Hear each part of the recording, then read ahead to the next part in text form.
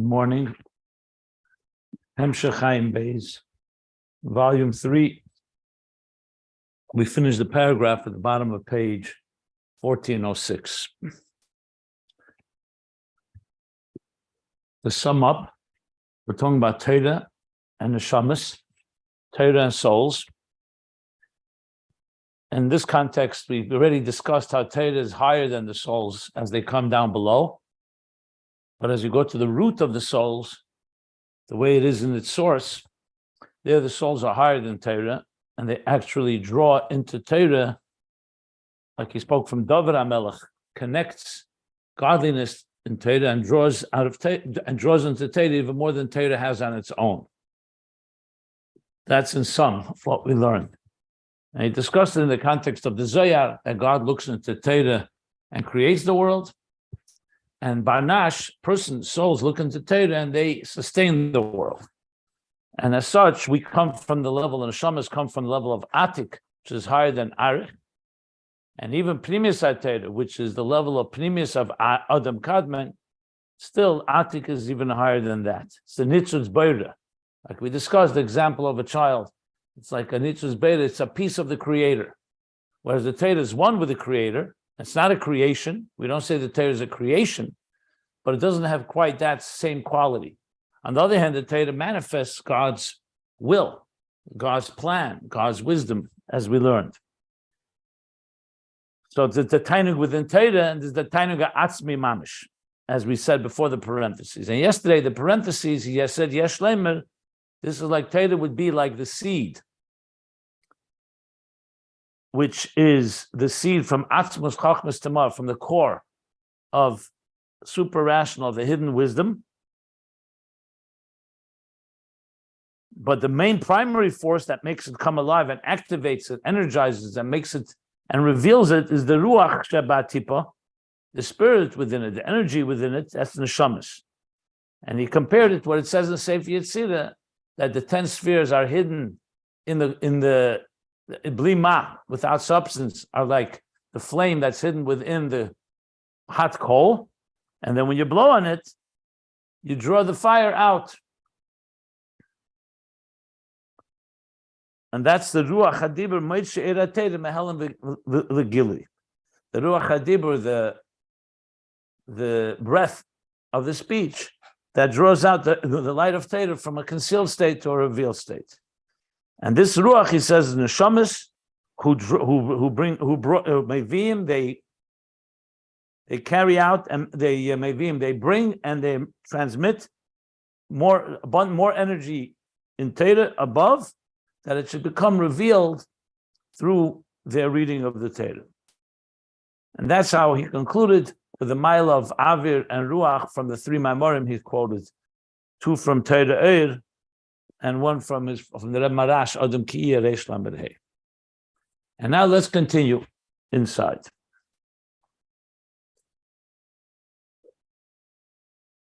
I'm not going over what I said yesterday, but I think it's critical just to keep in mind the examples I gave, like what the neshamas are doing, what the Torah does. A Torah without neshamas doesn't have a way to actualize. A neshamas without Torah don't have direction in this dark world.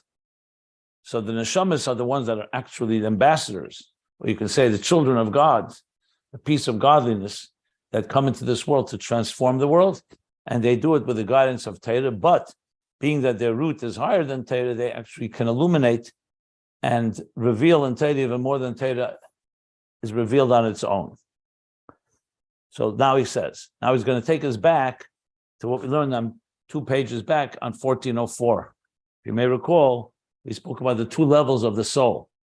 Tahirahi, how it's Natsilis, and all the way up in Ak, he's explained Tahirahi, and all the way Lifnei Tzimtzum, and then Ata Baras, Ata Yitzata, Ata Asis, Ata Nefachta Bi, that talks about how it comes down into a body, into this world. That was on 2 pages back. Let me just refresh my memory, 1 second.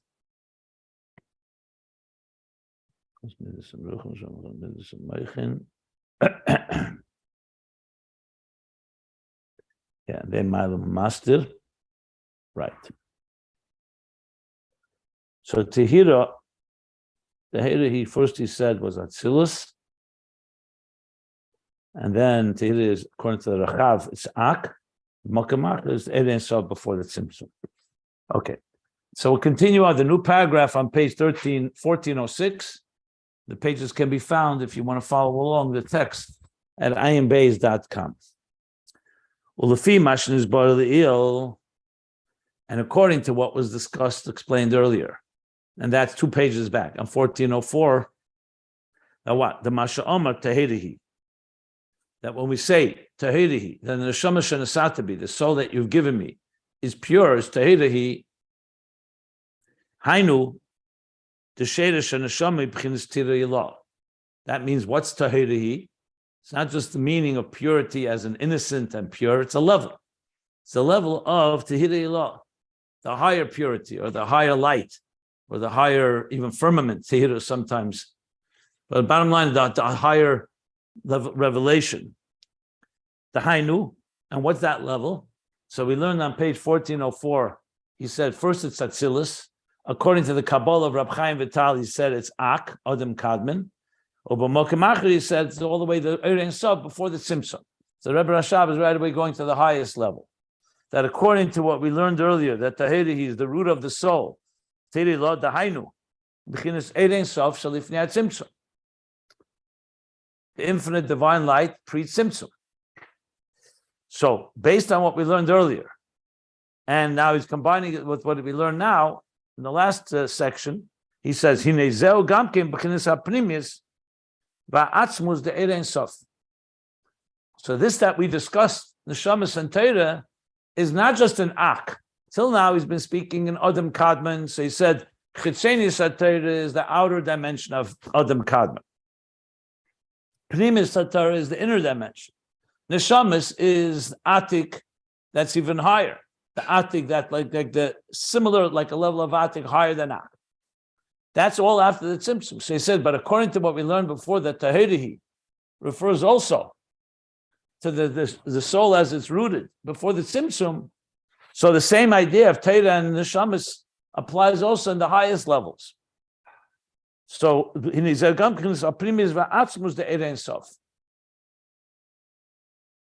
that this distinction is also in the Pnimius, in the inner and core of Ohr Encompassed, not just after the Tzimtzum, but before the Tzimtzum, which we already referred to. That we're talking about this, there's the Torah as it comes down below. There's the Torah as it is in Atzilus, the Torah as it is in Ak. And now he's going to Lifnei Tzimtzum, Torah and Neshamas. So he's going to explain. U'kamei shekosav, or kamei shenizboyer. It's probably more, as was explained, because not kamei shekosav is usually referring to a verse. But he could be saying it like it says basically in Kabbalah and Chassidus, the Ohr Encompassed Lifnei Tzimtzum, in the infinite divine light, but pre-Tzimtzum, yesh beis hamadreges, the Tehira Ilah and Tehira Tata. There's 2 levels, Tehira Ilah and Tehira Tata. So this is an expression based on Zohar, and is explained by the Migdash Melech in the beginning of Zohar, page 15a, in the introduction to Zohar, the classic Zohar, the famous Zohar, Bereish Rabbanisa de Malka, that he also cited before, Goliv Galifu, where? B'Tehira Ilah. That's the expression in Zohar. That the beginning of the Rishus, of the permission, or the Ratzon, or the will of the king of creation, Goliv Galifi, engraved, usually referred to the Shir Atzmei B'Koyach, he envisioned, or the 10 hidden spheres, before the Tzimtzum, in what level? Tehira Ilah. So Tehira Ilah then refers to, in that context, it refers to the Ohr Encompassed Lifnei Tzimtzum. But then there's also Tehira Tata, another level called Tehira Tata. So he says, Tehira Tata, hu b'chinas seva v'makif haklali. So remember, we spoke before that there's like Arich and Atik, where Ak is like the Ohr Kloli, like the Torah as the blueprint that encompasses everything. He called that the lower level. That's how it's encompassed, like Yechida, that encompasses the 4 lower levels of the soul. And then there was something that's even higher than that. So he's applying that same principle now before the Tzimtzum. Tira Tata is the save of a makif hakloli, is the overall transcendent and all-encompassing energy that hakloli means, not of a specific level of everything. The Ohr Encompassed, but save makif hakloli, the Ohr Encompassed. It's the save makif hakloli, the Ohr Encompassed. What level is this? This is what is called the great sphere, or the great circle, that precedes the kav. Just to refresh your memory. So it works like this. Before the Tzimtzum, you're dealing with an all-pervasive and all-consuming, seamless, divine energy. In the words of the Arizal, they don't have room for anything but divine presence, divine consciousness, if you wish. That that does not give space or room for anything in existence. That would be like the teacher whose infinite brilliance is completely all-consuming and there's no room for anything else. Omnipresent. So what did Hashem do? Created that Tzimtzum. The Tzimtzum, this of course is not in time, it's all conceptual. Tzimtzum is the state where, like, the teacher conceals and the energy recedes inward into the mashpia, meaning here, like the Ohr Encompassed lifnei Tzimtzum recedes inward, and it leaves space, what the Arizal calls cholol or mokum panim. Cholol means a hole, or mokum panim, an empty space. And then comes the next step. In there's also a rishimu, an invisible trace and impression that we learned about. And then comes the kav. The kav is a stream of consciousness. Literally, kav means a line. Kav v'chut, a line and a thread that travels from the Ohr Encompassed before the Tzimtzum into this empty space, like the teacher after he conceals his brilliance, so that leaves space, then begins the stream of consciousness. Like the easel, like a paintbrush, the kav is like a laser beam. It's not filling the entire cholol. It essentially begins to create, and the first thing it creates is Adam Kadmon, Ak. More break it down here. Pnimiyas Ak, Tzenius Ak, the Atik on top of Ak is the head of the kav. So now, in effect, if you think of it in a physical sense, and then we'll go back to the spiritual just as a physical imagery, if you think of a hole and a line going into it, what's with Ohr Encompassed? What happened to it? So as I said, it receded. So this is not meant to be begashmias, but essentially left an igul hagadol. The light that surrounds this circle, that surrounds this empty space, that light didn't disappear. So what did it become? It became an igul hagadol. That's why it's called igul, because it's the cholol mokum panim is a perfect circle, or you could say a perfect hole, like a hole in the bagel. And the igul is the light of the Ohr Encompassed that surrounds it. Now, obviously, this is not physical; it's conceptual. But conceptually, that's the igul hagadol. So the igul hagadol remains in a state of light. It doesn't enter into the cholol mokum panim, this space. But it's like if you thought of it physically, it would be like the light, like a halo during a let's say an eclipse. So you see like a rim. And that light is connected to Ohr Encompassed lifnei Tzimtzum. Obviously, the igul hagadol is a lower level than the higher levels of Ohr Encompassed, but it's still there. And that's essentially, so it's a makif hakloli. It's an override. It's an all transcendent, all-encompassing energy of everything that will be in this cholol mokum panim, even more than ak. Ak, we said there's an Ohr klali within the cholol, within the space. God created the first thing. Ak is a general, all-encompassing energy that's like the snapshot of existence. Igul hagadol is not a snapshot of existence. Igul hagadol is the makif hakloli pre-Tzimtzum that remained after the Tzimtzum. But it is a makif hakloli, and that's the level he calls tehira tata. Because at the end of the day, it only is existent because of the Tzimtzum. It's not the Ohr Encompassed that's even higher that the Tzimtzum altogether had no impact on. So the igul, there's a whole discussion how much the Tzimtzum impacts the igul. Does it impact the Noga by Tzimtzum, not Noga by Tzimtzum? But regardless, it is the level that is is in Ohr Ensof itself is the closest to the Ohr that relates to existence, but it's not within existence. It's surrounding it. It's encompassing it. So that he calls Tehira Tata, Shev Makav HaKlol, Igla Godel, Shalifnei HaKav. That's why it precedes the Kav, because the Kav would now extend from the Igla Godel, from this big circle, this big sphere, and that's why it's called Godel, because there are many Igulim. All Makifim are called Igulim, circles, spheres. But those are specific ones. The Igulim of Ak, the Igulim of Atzilus, the Igulim of even Toyu. Here it's the Igul HaGodel because it's the one that is the circle of all circles, so to speak, the mother of all circles. And that is where the Kav will come from, but it precedes the Kav.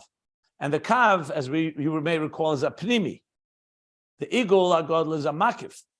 And the Kav is a Pnimi. It's an internal energy, an immanent energy that penetrates, that enters and shapes every aspect of existence. Igul HaGodel would be associated more with Ratzon. Ratzon is more of a makif. That's Tehira Tata. Ubchinis Tehira Ilah. And what's the level of Tehira Ilah? That's higher than this makif. It's a higher level of energy that doesn't associate with the Chol Lamakam Pani, even as a surrounding sphere or circle. So the Rebbe Rashab refers us to Ayin Mashakosov, B'Shari HaShuva, Dibra Maslo Achri Hashem Telechu, Peri Kidal. This is a sefer from the Mittler Rebbe. It's called Shar HaShuva, sometimes Shari HaShuva, Shar HaShuva. And he refers to us to Maimer Achri, chapter 14. If I recall correctly, he talks about these two levels of Tehira Ilah and Tehira Tata as it is Pre-Tzimtzum. Now, just bear in mind that sometimes Tehira Ilah and Tehira Tata are spoken about after the Tzimtzum. The Rebbe actually has a footnote about it in Hechol Surah Not so. It's I'm only mentioning it because that would make it even more consistent. That first he spoke about all this after the Tzimtzum, and now he's moving it all the way to Lifnei Tzimtzum, the same distinction, obviously in a much higher and more subtler level. Okay.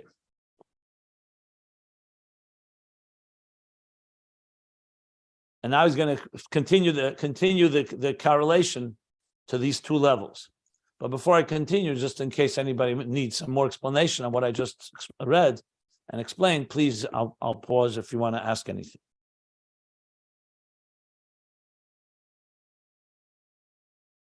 Okay. Remember, we're going to come back to Neshamas and Torah, obviously. That's the point here. But he's now placing it now before the Tzimtzum. Rabbi, I don't understand why in some places it says that Tirei Ilah and Tirei Tata is Shalifnei Tzimtzum, and sometimes it says after the Tzimtzum. Like, is it both? Does it depend on what you're talking about? I mean, it's a little confusing. This is throughout Chassidus. You'll find, being that we're not talking about physical entities, you'll find levels are constantly discussed, like we spoke about. There's Atzilus the Proteus, a microcosm, and there's Atzilus the Klolos, a macrocosm. So wherever you turn, whatever level exists in one level, it's like a hologram, exists also in higher levels. It's all part of the Hiskalulus, the interconnectivity of everything that God created. Since there's one God and everything else is diverse, the diversity, just like we have in our human bodies, we may have different limbs and organs, but the DNA is the similar everywhere. So bottom line is, on all levels, you're going to find Atzilus within Atzilus. You find Atzilus within Bria. You have a Bria within Atzilus. It's just for our discussion purposes, we need to be able to speak about it. So we speak about levels, like 4 levels. But in truth, everything is everywhere. So it's just a matter of what level. Just like we talk about that a person has within them, our bones, our teeth, are like the mineral within us. Semeach is like the hair or the nails that grow. Chai is our spirit, our ability to move. And medaber is our human soul, our human capacity to speak, to communicate, everything that the human soul represents. Even though they're actually chai out there and semeach and daimim. So there's a constant concept of microcosm, macrocosm. And when you want to talk about the ultimate interface and unity, we don't just want to connect with the lower levels, we want to connect with the highest levels. So that's why we talk in general about before the Tzimtzum, even though Pre-Tzimtzum is completely beyond us and all of existence is predicated on being a Tzimtzum. So if you may recall when we spoke at length about the transformation of the Tzimtzum, that post-Tzimtzum consciousness should be able to experience a Pre-Tzimtzum reality, which is through the Aveda of us transforming ourselves. So we're climbing a ladder. Now, obviously, when it comes to a person's Aveda, personal work, you have to assess where you stand. Some people stand in Asiyah, some in Yetzira, Bria, everyone relative to their journey. But we all have also a Lifnei Tzimtzum level within us. And when you talk about these levels, everything originates all the way in the highest levels, and then they evolve into the lower levels. So just like a child that develops, a newborn child, we know the newborn child, all its cells and all its internal infrastructure did not begin upon a birth. It began by conception. But in conception, it's all in one seed. It's all in one cell. But in all that cell encompasses everything that will come from it, literally like a seed. So if someone says within the seed, you'll find the levels of all the different structures of a full-blown adult, correct, but it's in a very, very subtle and a very microcosm and a very subtle and a very abstract fashion. So this is a common principle throughout Chassidus and Kabbalah in general in the Torah of microcosm, macrocosm. Got it. Thank you very much. That was a wonderful explanation. V'yesh leimer, and we can say, continuing on the last line on the page, that these two levels, Tehira Ilah and Tehira Tata, the Igul HaGadol, the Makiv Klali, Tehira Tata, and that which is higher than that, Zeu Kamoi B'chinas Atik V'Arich, they're similar to Atik and Arich that we've been speaking about. Obviously, it's not actual levels like Atik, but it's like Atik and Arich. The Yadua, because it's known, the B'chinas Arich, top of page 1407, B'chinas Arich, Hurei Shemokal and Atzolim.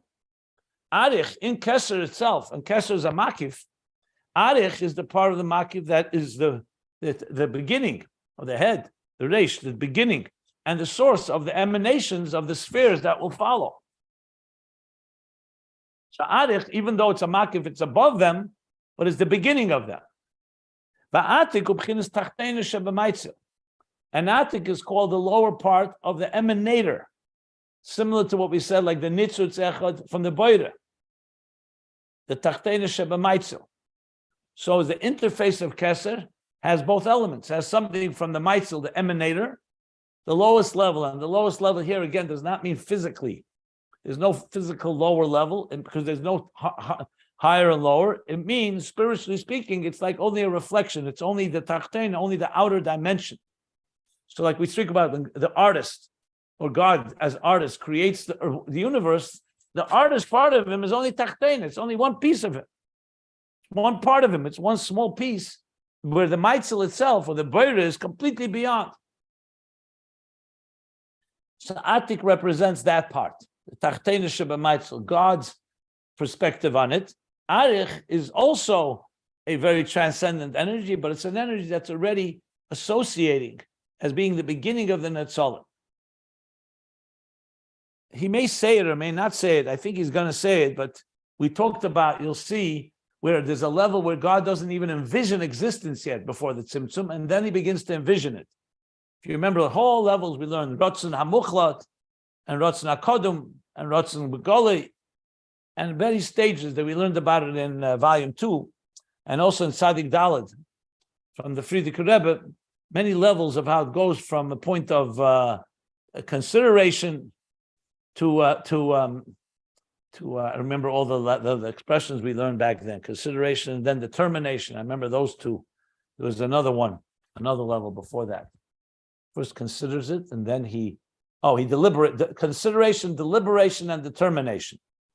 That any process before you finalize that you want to do something, first you consider it, then you deliberate on it, and then you determine that you're doing it. So these levels all exist before the Tzimtzum, essentially so-called in the Godhead. for the Tzimtzum, the process, in a very subtle way, of course, relative to the level before the Tzimtzum, that as it moves closer to existence. He's going to talk about this right now. So B'meila, what do we have now? So Tira Tatar, Tira Law, both before the Tzimtzum, the Igul HaGodl and that which is higher than it. And they says Yesh Lemer, that is like Atik and Arich, Atik being the higher level and Arich like the Igul HaGodl. Tira Tatar is Arich and Tira Law is Atik. Umavur b'mokem acher, continuing on top of page 1407. And it's explained elsewhere, the Atik hu loshen hatoka. That Atik is from the word hatoka. Now, hatoka means several things. Sometimes hatoka means removed from. Netak v'nivdil. But here he doesn't mean that. Here hatoka, he means like a copy. When you mightik something. So something, like he says, Kamoy v'yatiku anshe chiskiyo. That the people of Chizkiyo, v'yatiku. So you say like they moved something. The hainu hatoka is sefer the sefer. So sometimes you say hatoka, you copy something from one sefer to a sefer. When you copy, what we call today copy and paste, or what was once the process of somebody, let's say, looking at a sefer Torah and being mightig from there, citing from there to another book. So any type of hatoka is basically you're taking something and copying it to another state. And what is that lamaila? What's the connection to atik? So he says, "Va'ini lamaila hu." Lamaila, what is this meaning of hatoka? Who be b'chinas yiridas ha'atzmus. So atik being tachteina shebemaitzil, meaning the maitzil, God wants to be involved in the process. He's not just creating existence and sends his outer energy to sustain it. He's involved. So he's saying, so this is atzmus kavyachol, so to speak, descending, this chabri ma'elamis, to connect and be connected with the worlds. It's not a source for the worlds. That's arich. Arich is associated and associates with being an actual source, like he said, Rachel and Tzolim. But what about, so in other words, arich would be like the artist, his vision of his piece of art, that's arich. It's a vision of the actual art. Atik is the artist himself, not the vision of the art, the artist himself, but he wants also to be engaged and involved. But so on one hand, he remains removed from the world. That's why he says it's not a mocker. He's still an artist that's beyond the art, and even beyond the art within the artist. But what is he? He wants some connection with it.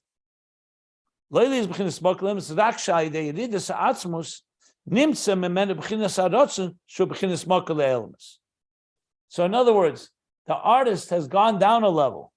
The Yechida of Atzmus, the core, source, the emanator, a maitzil, that you want from there should come a desire that will become the source for the worlds. So in other words, there is a connection ultimately. So think of it like this. Atzmus in the muscle here would be the artist as he's beyond being an artist. He's a complete entity that we have no relationship with at all. This entity, this Atzmus, wants to have existence, wants to have art. But he wants it to be paced in a progressive process, not just a leap. Kol Yochid, that God said, hey, poof, existence, like I've mentioned many times. That's why there's a blueprint, and that's why he creates the world in 6 days, and there's a whole Seder Shtalshul. It's the same thing on the highest levels. So what happens? This essential entity that's completely beyond anything manifests in a form of atik, which means it's a tachteina shebemaitzil.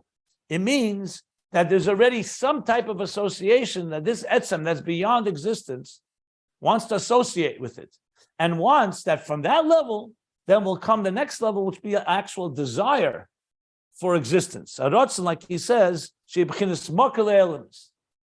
atik is essentially the state that precedes the rotzen elements, which is arich. And the elements themselves, the art itself, is already the netzolim. Those are the emanations of Atzilus, and then the Nevroim of Bri, Sirasiya. So what you have here is not just a leap. You have here something that is completely beyond, which in turn manifests in Atik, which is like what he called before Tachteina. I said before, Tachteina Shebemaitzil. or words earlier, he used it as the tachtena, he used it as the nitzes cotton, madrega achrena shebebeira, which sounds very similar level, which is a level of atik, not arich, and that's the hatoka. That's what means hatoka, that he's like copying. So basically, the atik, even though it's completely removed from there, begins some type of association with at least the Ratzon that will become the source for existence. So Atik ultimately is removed from being the source, but it's the source of the source, if you wish, because it originates from there. So that's what he says. It's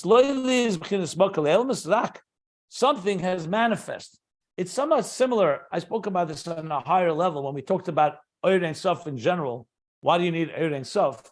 Like a field of energy of Mitzias Nimtza, of something that's existential. Because you talk about Atzmus, built in Mitzias Nimtza. Atzmus is a non-existential reality. Means there's nothing in common. It's completely different than anything we'll ever relate to. But God wanted an existence like ours, so he himself manifested into Ohr Encompassed, which is like Mitzias Nimtza. At least there's something. Think of it like an invisible field of energy. Within that field of energy will come this level that he's calling Atik, this Hatoka, which is like a copy of the Etzem, but it's now allowing space for something to arise to be the Ratzon for the Mokar of the worlds.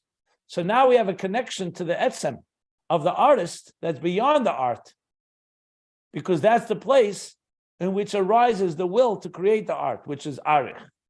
And both of these levels are higher than existence itself. That's Tehiri Tata and Tehiri Allah. Now, this is a big topic. I've spoken about this at length much earlier in Ayin Beis. That doesn't mean I'm not going to explain it further, but I just wanted to say that for the record, I did discuss this at length. I remember the end of volume 2 for sure, and other times. But it's the process. That's why I'm so connected to this muscle of the artist, because it makes it a little more palpable to relate to how something comes from a place that's completely removed to a place where it begins to identify, and then ultimately desire, like the artist beyond being an artist, then becomes an artist. An artist itself, he can create infinite types of art, and he encompasses all the possibilities. Then he chooses to create one type of art, and it's still all makif, meaning he didn't create it yet, but he's preparing within himself all these stages. So all these stages essentially are reflective also lamaila, as he's saying here, the difference between Arich and Atik. And now he applies it to Lifnei Tzimtzum. What are the levels?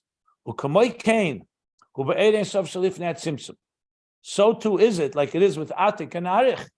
Remember, he said, he said it's like Atik and Arich. So we now explained Atik and Arich. Keser of Atzilus, Arich is a makiv that relates to existence. Atik is removed from existence, but Atik relates to Arich. That's why they're both parts of Keser. Which brings us back to volume 1 when he spoke at length. At the beginning of Ayin Beis all began with Keser, that there are 3 meanings in the word Keser. And he explained that 3 meanings refer to 3 stages in the interface. That Keser, just like there are 3 levels in Spheris, in the immanent, Mamala Kalaman, in the immanent energy, Sphira from the word number, from the word Sipur, narrative, from the word Sapir, transparency, light. So too in Keser, there are 3 levels. There's Keser as it relates to existence, but it's a makif. There's a level that is not relating to existence, is beyond, but not completely beyond. And then there's Atik, completely beyond, or Pnimius Atik, even further higher up. So what you have is in an interface, you have everything covered. You have, firstly, you have the level of the divine within existence, Elikai HaMelech. You have the level of the divine beyond existence, Aramimcha. And Aramimcha and Keser itself, you have a level of that's beyond existence but relates to existence. One that's even higher than that, and even higher than that is the highest level. Here he's talking about 2 levels, because in general it's 2 Atik and Arich. In that itself, it could break down to 3. But here is relevant to 2. But in the interface, it's critical, because you want to have a representation of both the Creator, God, and us. And if we only have Arich, then you have a makif, yes, a divine makif that relates that is divine, but it's already associating with the art, with the creation, with existence, with the netzalim, with the emanations. Atik represents and is like, so to speak, the representative of the Ataka from the Etzem. And that is the representative of God on God's terms. And so there's much more to be said on this, but bottom line is Arich still sees existence from the perspective of the divine, but it sees existence and relates to existence.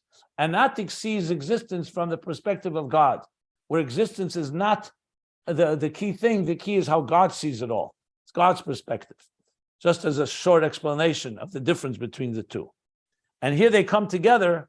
One is Tehiri law, one is Tehiri.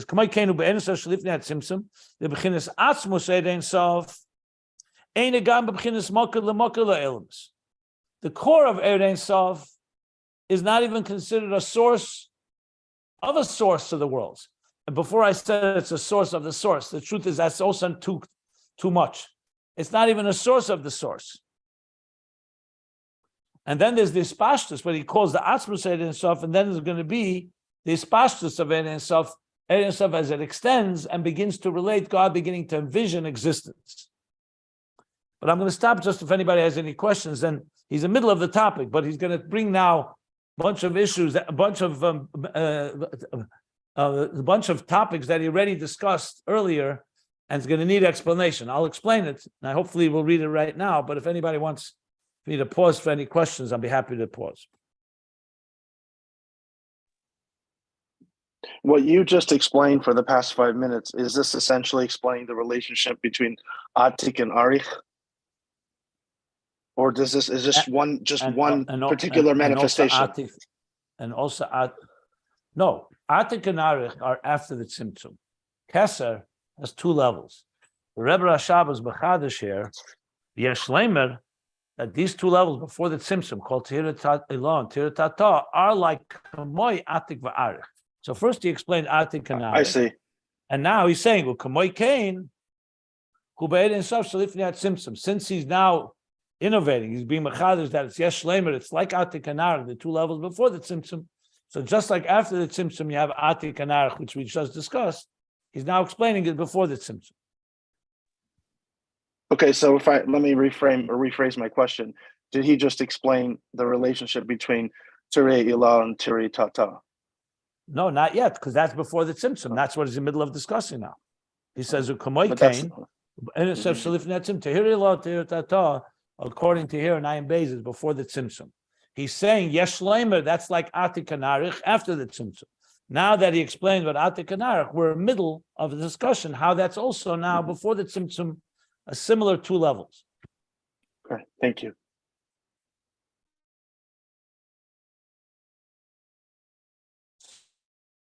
So he says, and what's the inyan of this? Now, just to some of you may remember these terms, maybe you don't remember them, maybe you haven't learned them yet. In Yechida, it talks about creation. It arose in God's will. So Chassidus calls that the level of Aleis HaRatzon. He hasn't created yet. And again, we're talking conceptually now. But he desires to create. So that's a level. Then there's a level called Kedem Aleis HaRatzon, a level that precedes his wanting it. And there too, there are levels. So we'll see how many he's going to spell out now. But we learned this at length at the end of volume 2, and especially from Sadik Daled. If I recall, we learned at least 5 or 6 levels in this process. Here, I don't think he's going through 5, 6. He wants to focus primarily on 2 levels. So, but this is what he's saying now. But Ian, the B'chinas Aleis HaRatzon, the level where it arose in his will, Sha'olah b'ritzeni yizbarach, lahaitzil, that it arose in God's may be blessed will to emanate. Even though this takes place within the realm before the tzimtzum of the infinite divine light, and it's not yet have a tzimtzum, we don't have creation yet. It's all within the Ein Sof, as it is pre-tzimtzum, adayin, we're still pre-tzimtzum. Nevertheless, but since it says God wants the world, So it's true, the want, the desire is completely beyond the world. It's all within God's desire. It's like when you desire something and you haven't activated it yet, actualized it yet, it's still part of you. So it's still if that Tzimtzum. But you could say Al Kaponim, it's become a mokir lemokir, a source for the source. Then that will become the source, and then ultimately that will lead to the creation. Now you have to keep in mind that these levels initially, when you hear them, you read them, it sounds very, very abstract and very difficult to wrap our heads around. But remember, we are creations and we work from the bottom up. The first thing we see is with what we experience with our sensory tools, our sight, sound, taste, touch, and smell. Well, how much does that really experience? That's the tip of the iceberg. Here we're talking about what makes things tick, how they came into being. I'm saying it because very often when I teach this for the first time to people who've never heard it before, and you have heard it, you're all veterans, but still important to point out, it throws us because it's such a different way of looking at things. We always look at this, you look at something, and then a scientific mind takes it apart and tries to understand what makes it tick, what's working on the inside. But remember, God created existence the other way around. It went from the inside out, not from the outside in. But our minds are trained to think from the outside in. So when the Chassidus talks this language, it's actually taking us a journey into the inner, highest levels of how things came to be, even before the Big Bang, and even before the Tzimtzum, and even before any reality that we know, how it all originated. God is basically revealing to us how he did things. So we're really looking into God's mind. I don't want to say mind because there's no mind yet here either, but we're looking into the God's process. And that's what you have to keep in mind. That's why it's sometimes hard to think this way, but it's very different than how we think in a regular day. In our regular lives, we don't think like this. But the beauty of this is that it starts teaching you how to think from the inside out. When you meet somebody else, you see a piece of art from an artist, you know it didn't begin with the art. It began with the artist, and it began, why did this artist create this art in the first place? And then you find out, I just read somewhere about a certain very famous piece of art, that all found out it came through anguish. He lost one of his family members, and that anguish was translated into art. You wouldn't know it from the art itself, or maybe you may know a glimpse of it, because you see some of the feelings. So in other words, when you look at the process of creation from the beginning, you have to go back into the soul, into the essence of the creator, and then see how did that evolve till it became a desire to do it, and then ultimately does it. So just pointing out that you have to keep that in mind.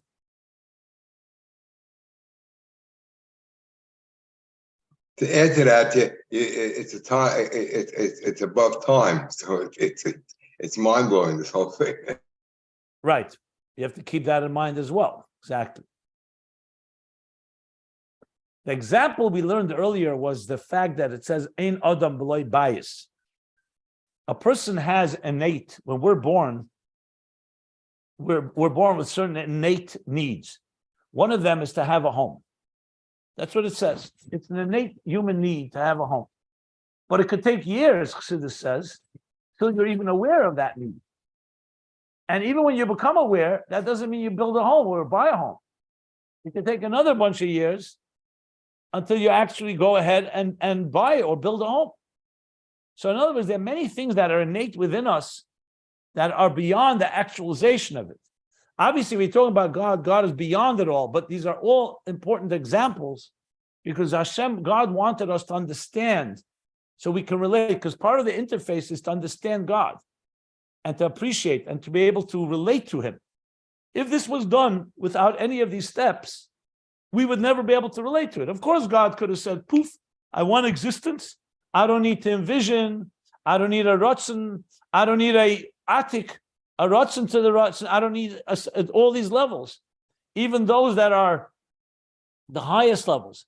God, Atzmus creates existence, and that's it. But what would happen then? Be complete separation. We would have no way to understand or relate to God. Yeah, God's the creator, we're the creation. But God didn't want it that way. He wanted the creation to have a piece of him. Created the human being in the divine image. he gave us an explanation and told us, I will tell you the process. I created the world in 6 days.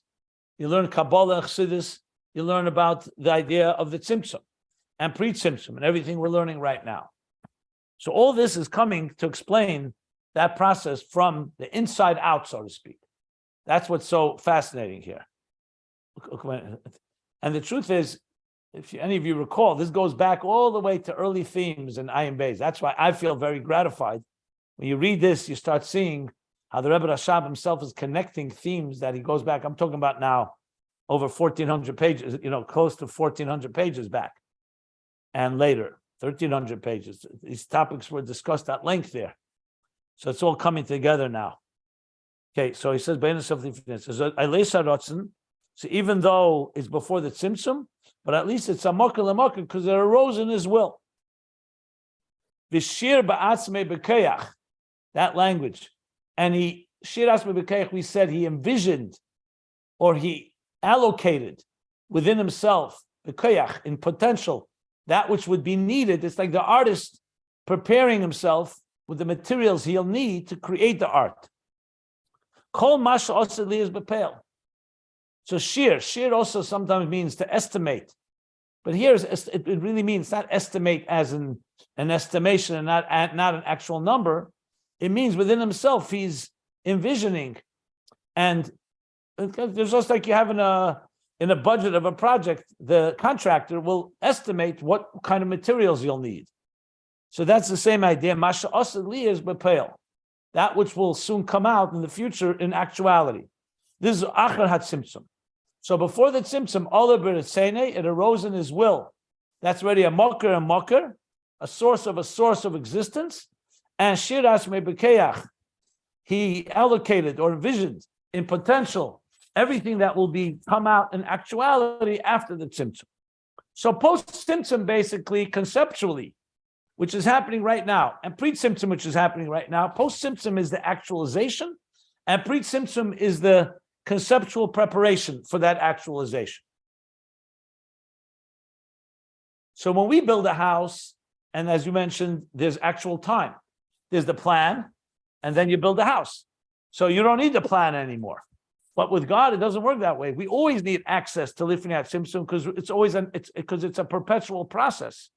Creation is happening all the time, and therefore the plan is happening all the time, and the Ratzon is happening all the time, and the allocation of resources and envisioning is happening all the time. So the question is, which level are we connecting with? God actualizing creation, or the engine room where he is strategizing that actualization? And that's the difference of which level we access.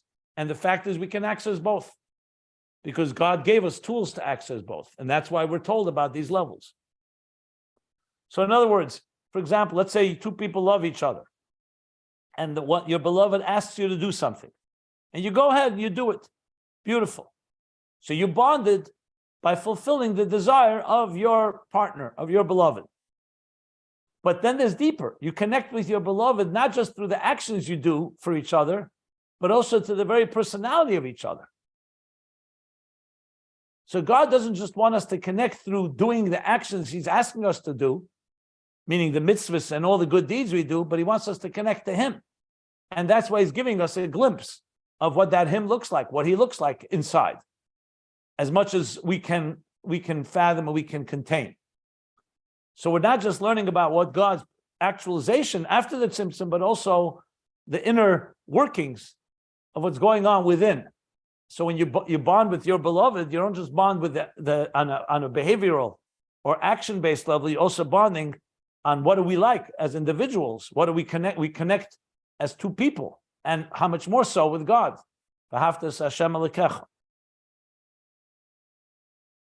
So that's okay. So that's Eleis HaRatzon. What about the higher level? V'atzmus Ohr Encompassed. That's Eleis HaRatzon, and the core of Ohr Encompassed, Kedem Eleis HaRatzon, which precedes that the desire hasn't even emerged yet. It's not even a source to a source. But to say that it's nothing, also not. Something did happen. What happened? Rak Zeu b'chinas yiridas v'amshachas ha'atzmus. That Atzmus has at least allowed himself to come down and be drawn down to allow himself to have a rotzen, which will be the next stage. Because if Atzmus did not lower himself, I don't know if the word lower is the right word, but if he did not allow himself to have a desire, the desire would never emerge.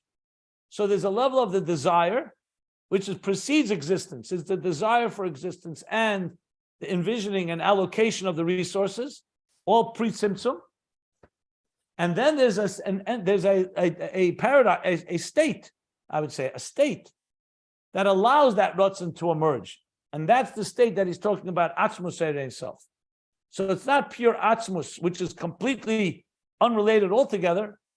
Here it's higher than being a source to a source, but it's enough for the source to a source to emerge, which is the Ratzon. That's how he's defining Atik. Look how subtle a level this is. Even Arich, or in this case, Tehira Tata, is so subtle because it's pre-existence. But here it's like pre-existence, but it's enough to allow pre-existence to emerge. That's basically what he's saying.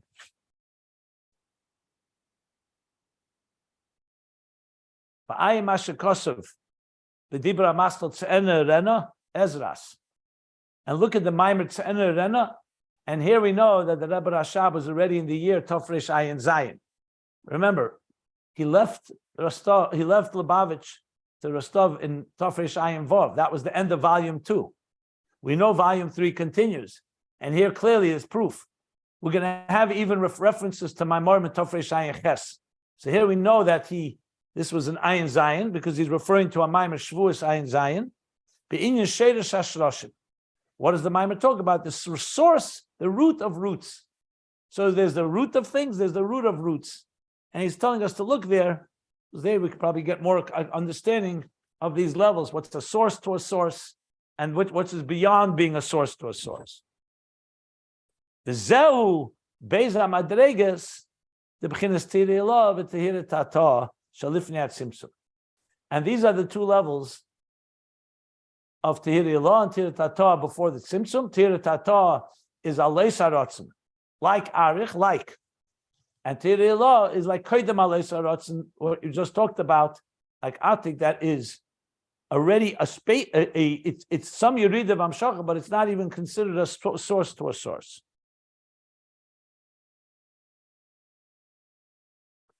And what he's going to continue to discuss, that Neshamas are rooted in Tehira Elah, and Torah is rooted in Tehira Tata. I believe that's what he's going to say.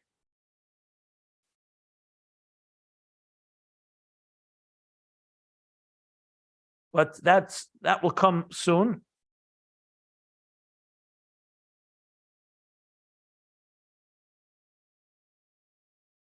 I don't know if he says it explicitly. I want to correct myself.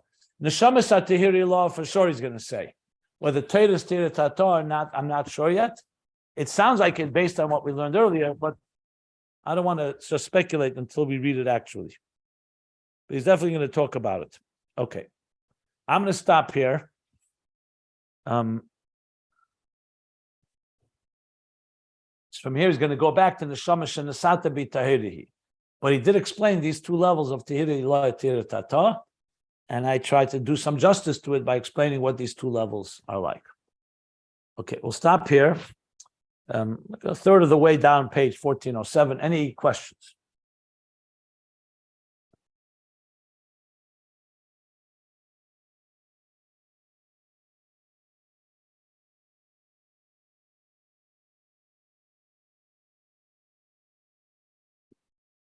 No questions? Okay.